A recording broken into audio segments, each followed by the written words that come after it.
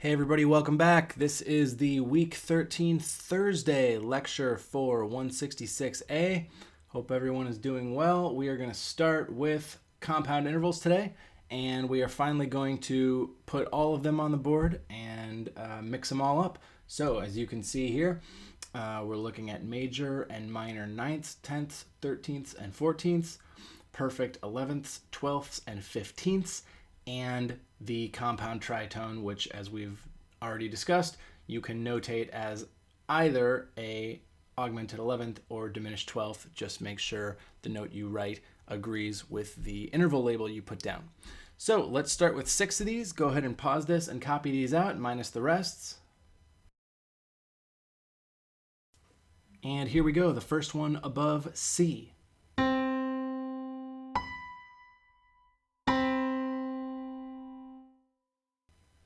And again.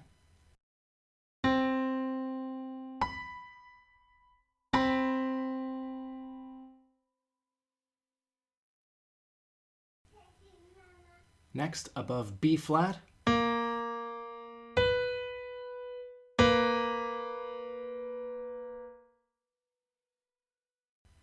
And again.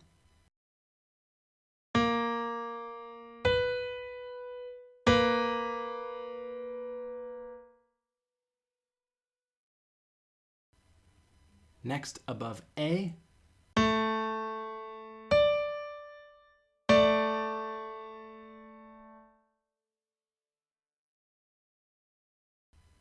And again.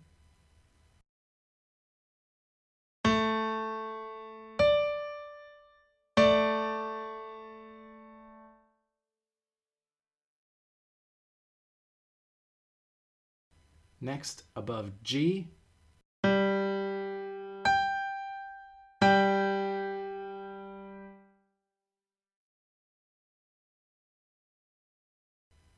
And again.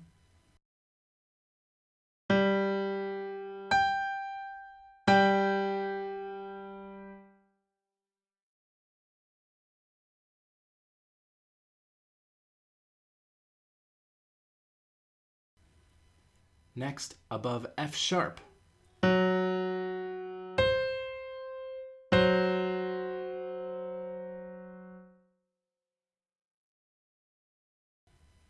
And again.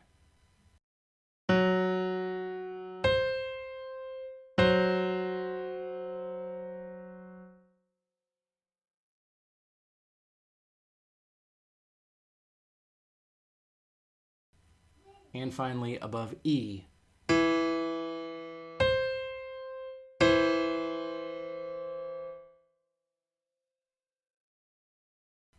And again.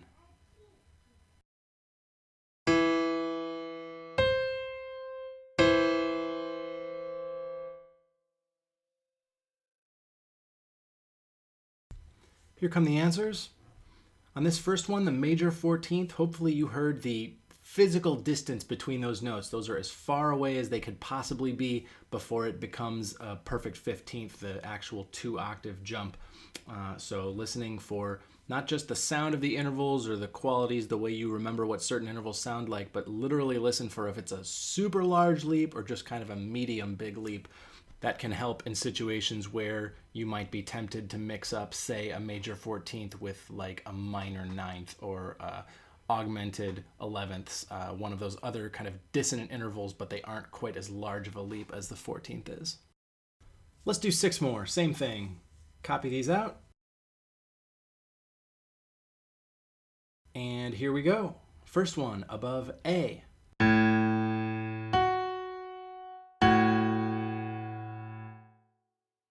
And again.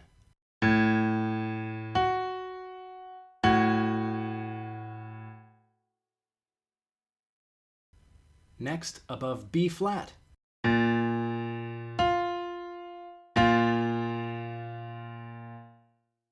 And again.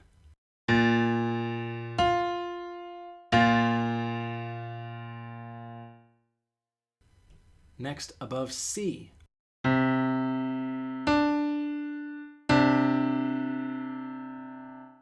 And again.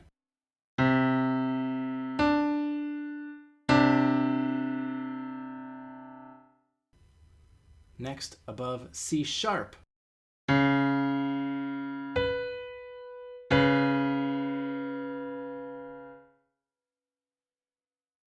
And again.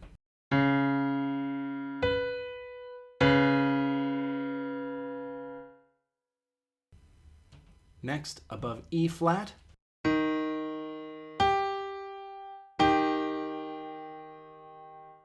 And again.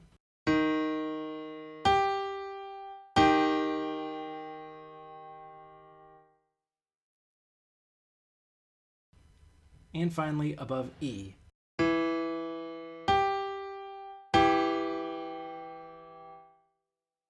And again.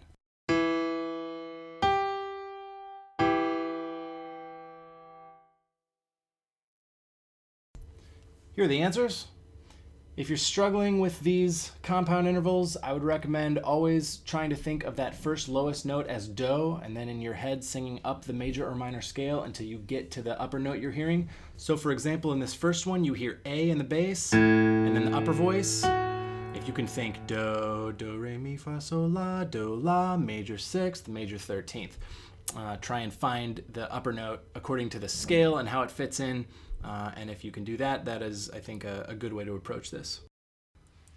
Let's go on to a harmonic dictation. We are going to be in B minor today, and this is a short one, just 5 chords total, including the first one I gave you. So don't write in the rests, but those rests are in the places of each chord. So you can put blanks underneath. Pause the video and copy this out. Here's the key of B minor.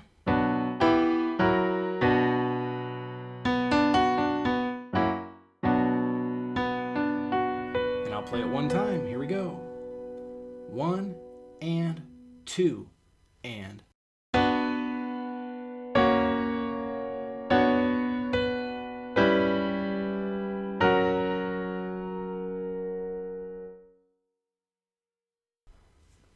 Go back now for repeated hearings. And here come the answers.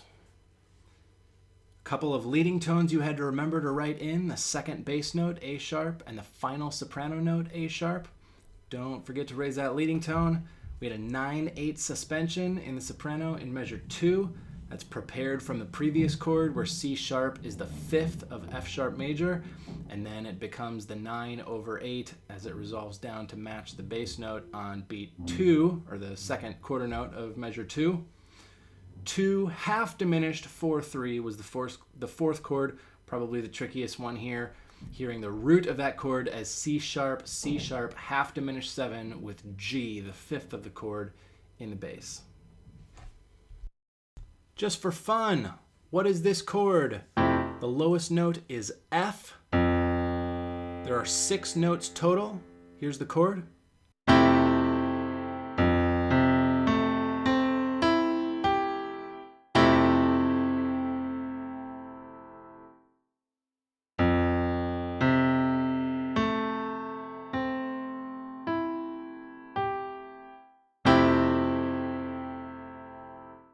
And the fancy label here is F major 9. All that means is that it's a major 7th chord, F, A, C, E, with the 9th added G. We don't worry that literally in this case that G is 2 octaves and a step above the low F.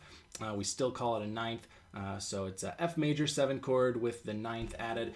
You can also think of this as a F major triad in open spacing in the bass clef, below a C major triad in close spacing in the treble clef. And of course, just hearing the intervals from one note to the next as you roll the chord up slowly. F to C, perfect 5th, C to A, major 6th, A to C, minor 3rd, C to E, major 3rd, E to G, another minor 3rd. F major 9, just for fun.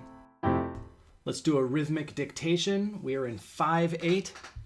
Things to look out for here: ties over the bar line, triplets, ties within a measure. Some of these bars will break up better into 2+3, and some will be better as 3+2. So if that is helpful for you to think about how those break down, great. If not, I would just tick off every 8th note in the bar and think 1, 2, 3, 4, 5, and try and get something where each note lands on the first time through. And then as you go back for repeated listens, you can figure out what the actual note values are and how it all fits together. Here we go. I'll play it one time and you can go back for more listens. 1 and 2 and 3 and 4 and 5.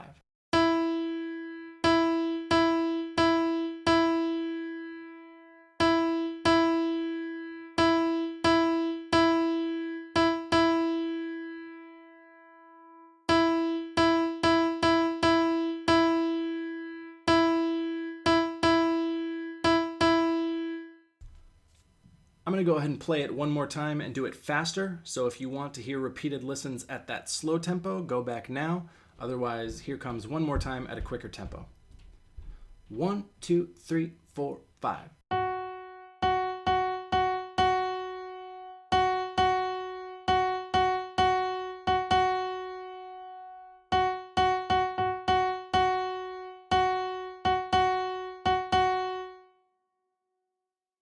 Here come the answers. Again, the quintuple meter rhythm exercises start on page 198, unit 16 in the sight singing book. So if you are struggling with performing or dictating these, I highly recommend starting on page 198 and just put the metronome on at a tempo you're comfortable with and just go straight down the line. Always make that steady, slow tempo. The beat note, whether it's 5/4, the quarter note, 5/8, the eighth note, or 5/16, the 16th note, keep that steady beat always at the same tempo, regardless of what exercise you're on, and then slowly work up the tempo as you get more comfortable counting to 5 and feeling how rhythms tend to fit into this type of meter. Let's finish today with an error detection. Take a look at this little 5-bar excerpt from a Bach violin partita. I thought it would be cool to use some real music, and then I thought maybe I shouldn't mess up Bach, but we're going to do it. Don't tell him. Here's the key, G minor. And I'll just play it once. You can go back for repeated hearings. There are 5 errors total. We are in 3/8. I'll count in 1 and 2 and 3 and. That's the 16th note. Here we go. 1 and 2 and 3 and.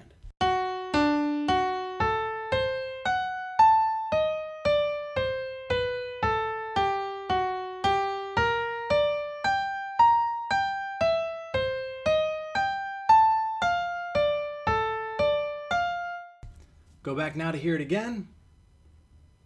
Here come the answers. The first one, I played C instead of D, which if you are thinking about that entire measure as one arpeggiation of a chord, that changes it from a D major triad to a D dominant 7th. C would be the chordal 7th there.